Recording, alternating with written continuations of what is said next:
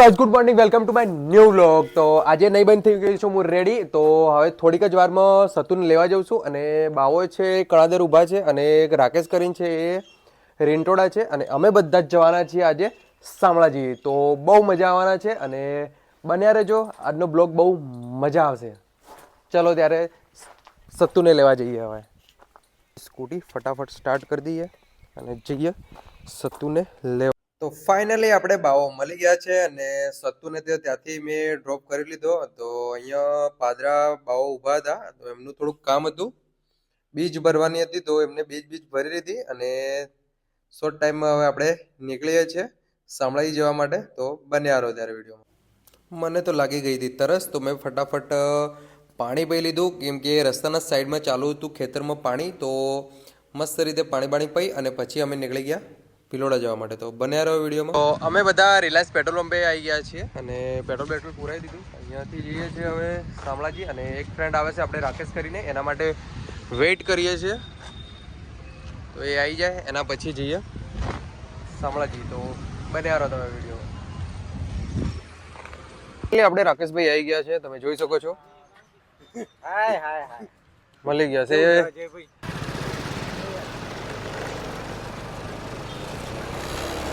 તો અમે બધા નીકળી ગયા છે. બન્યા રહો તમે વિડીયોમાં અને દલવાણીથી જઈશું શામળાજી. ફાઇનલી અમે દલવાણી પહોંચવા આવ્યા છીએ અને મનીષભાઈને અહીંયા બાઇક મૂકવાની છે અને ટ્રાફિક તમે જોઈ શકો છો, બહુ જ ટ્રાફિક થઈ ગયું છે. બન્યા રહો વિડીયોમાં. તો રાકેશભાઈ, સતુભાઈ બધા ચા પીએ છે અને મનીષભાઈ એમની બાઇક અહીંયા મૂકીને હવે જઈએ છીએ અમે બધા શામળાજી. તો બન્યા રહો તમે વિડીયોમાં. તો ફાઇનલી અમે દલવાણીથી નીકળી ગયા છે.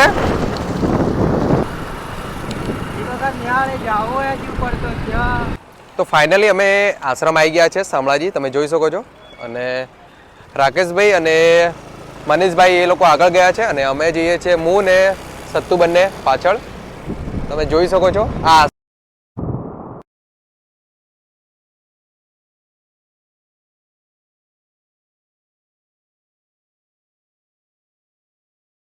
આપણી ગેટ નંબર 4 ઉપર સ્કૂટી મૂકી દીધી છે અને આ રહ્યું મંદિર. તો હવે અમે જઈએ છીએ હું ને સત્તુ બંને અંદર અને તમે જોઈ શકો છો. તો ફાઇનલી આપણે મંદિરમાં આવી ગયા છે અને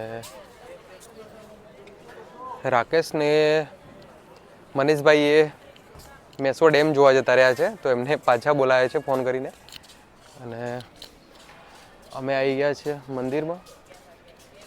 તો એ આવે પછી જઈએ મંદિરમાં, એમ કરીએ. તો થોડી વાર બેસીએ, એ આવે ત્યાં સુધી.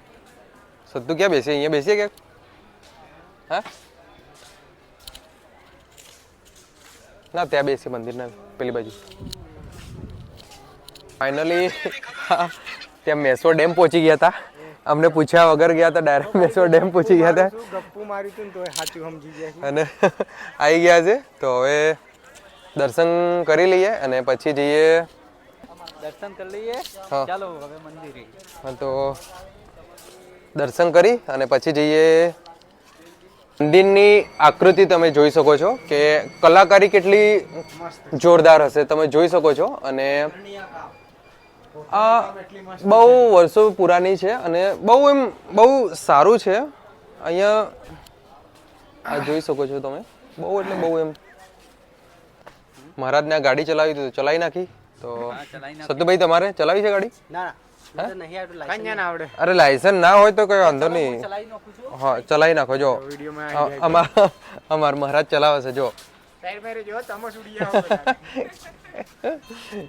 તો બહુ મજા કરી છે આજે તો અહીંયા. અને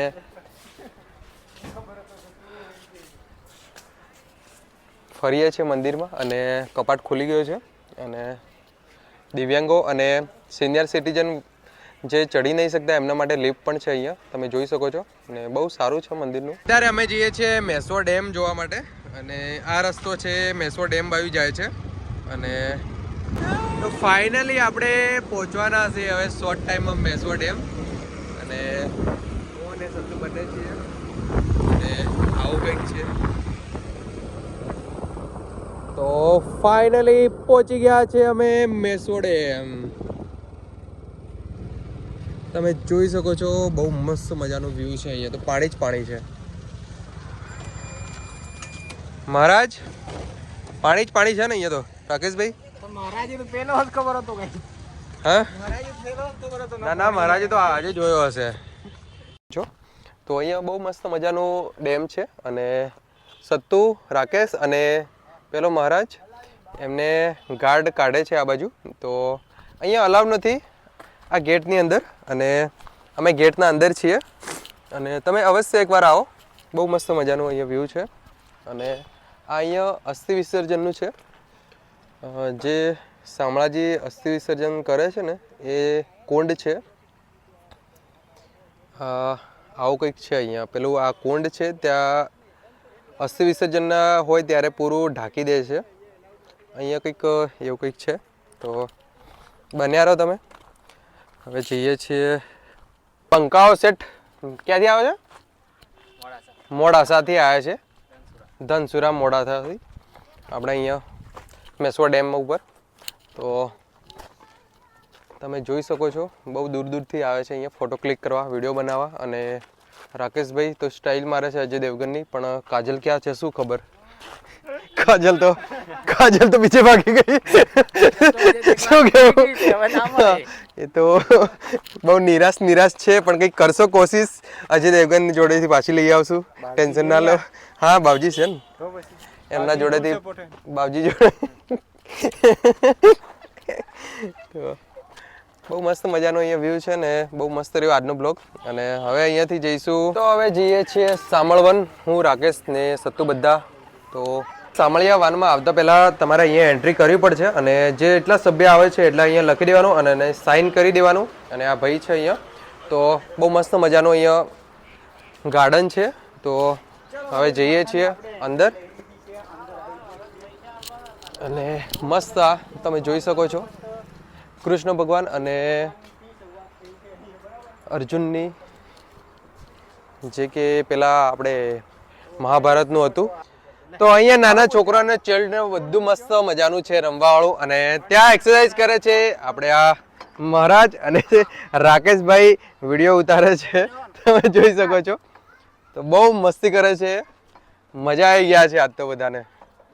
અને આ પ્લાનિંગ આપણો જ હતો અહીંયા બધાને ભેગા કરવાનો ને મસ્ત ફરવાનો. તો બહુ સારું છે અહીંયા તમે જોઈ શકો છો. નાના છોકરાનો બસ મસ્ત છે. તમે બી ફરવા માટે આવો એક દિવસ, મસ્ત મજા છે અહીંયા.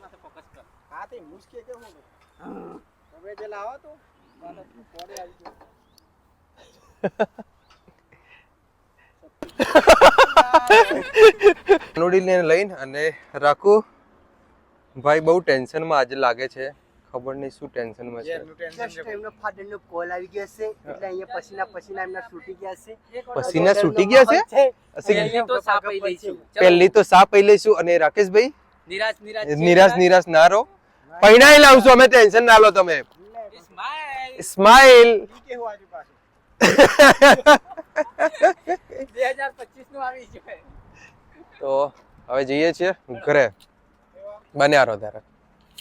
હેલો ગાઈઝ, અત્યારે અમે સામળિયા વનથી હવે નીકળીએ છીએ અને જઈએ છીએ રામ ભરોસે નાસ્તા હાઉસ વાળાને ત્યાં. કેમ કે આખા દિવસના બ્લોગ ઉતારી અને મનીષભાઈ થાકી ગયા છે ને તો નાસ્તો બાસ્તા કરી લઈએ. રાકેશભાઈ તો પાપડીનું ફેમસ પાપડી છે આપણે શામળાજીમાં, તો ફેમસ પાપડી વાળાના નાસ્તા હાઉસ છે ત્યાં જઈએ. તો નાસ્તો બાસ્તો કરી અને એના પછી આપણે વેરાઈ જઈશું. તો આજનો બ્લોગ બહુ મસ્ત રહ્યો. અને રાકેશભાઈ ચલો ત્યારે જવા દઈએ. શામળાજી આવ્યા અને રામ ભરોસી પાપડી ના ખાધી તો એવું તો ના બને. તો આવી ગયા છે અમે, પાપડી વાપડી ખાઈ લઈએ છીએ.